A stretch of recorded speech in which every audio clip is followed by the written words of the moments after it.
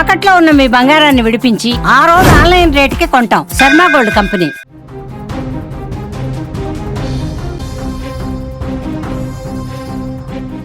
ఇప్పుడు ప్రపంచ దేశాల చూపు ఉక్రెయిన్ సరిహద్దుల వైపే ఉంది.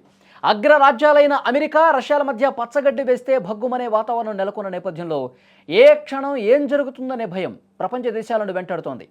అయితే ఈ రాజకీయ చదరంగం కేవలం సరిహద్దులకే పరిమితం కాదు. దీని ప్రభావం నేరుగా వాణిజ్య రంగాలపై, ముఖ్యంగా పసిడి ప్రియుల మీద పడబోతోంది. అగ్రరాజ్యాల గొడవకు బంగారం ధరకు సంబంధం ఏంటి? యుద్ధ మేఘాలు కమ్ముకుంటే బంగారం ఎందుకు మెరుస్తుందో తెలుసుకోవాలంటే ఈ వీడియో చూడాల్సిందే. అమెరికా, రష్యా అంటే మామూలు దేశాలు కాదు, ప్రపంచ ఆర్థిక వ్యవస్థను శాసించగల శక్తి ఉన్న దేశాలు. వీటి మధ్య ఘర్షణ అంటే ప్రపంచవ్యాప్తంగా అనిశ్చితి ఏర్పడినట్లే. యుద్ధం వస్తే ఏ దేశంపై ఎలాంటి ఆంక్షలు విధిస్తారో, చమురు సరఫరా ఆగిపోతుందేమో, అంతర్జాతీయ వాణిజ్యం దెబ్బతింటుందేమో, ఇలాంటి భయాలు ఇన్వెస్టర్లలో మొదలవుతుంది. ఈ భయం కారణంగా స్టాక్ మార్కెట్లో కుప్పకూలటం మనం చూస్తూనే ఉంటాం. షేర్లలో పెట్టిన పెట్టుబడులు ఆవిరైపోతాయేమో అన్న టెన్షన్ అందరిలో కూడా ఉంటుంది.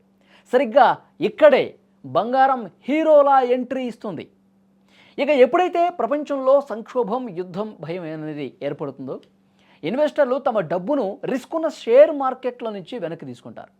ఆ డబ్బును ఎప్పటికీ విలువ తగ్గని అత్యంత సురక్షితమైనదిగా భావించే బంగారంపై పెట్టుబడి పెడతారు.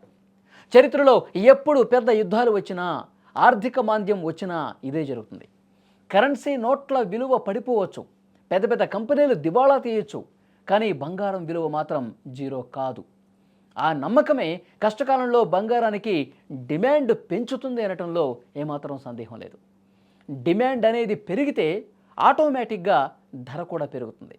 అందుకే ఈ రెండు దేశాల మధ్య యుద్ధ వాతావరణం బంగారం ధరలు పెరగటానికి ప్రధాన కారణంగా చెప్పొచ్చు. సో సింపుల్గా చెప్పాలంటే కనుక అమెరికా, రష్యా మధ్య ఈ యుద్ధ వాతావరణం, ఈ టెన్షన్ ఏదైతే ఉందో అది ఎంత పెరిగితే ఇన్వెస్టర్లలో భయం అంత పెరుగుతుంది. ఆ భయం బంగారం ధరను అమాంతం పెంచేలా చేస్తుంది.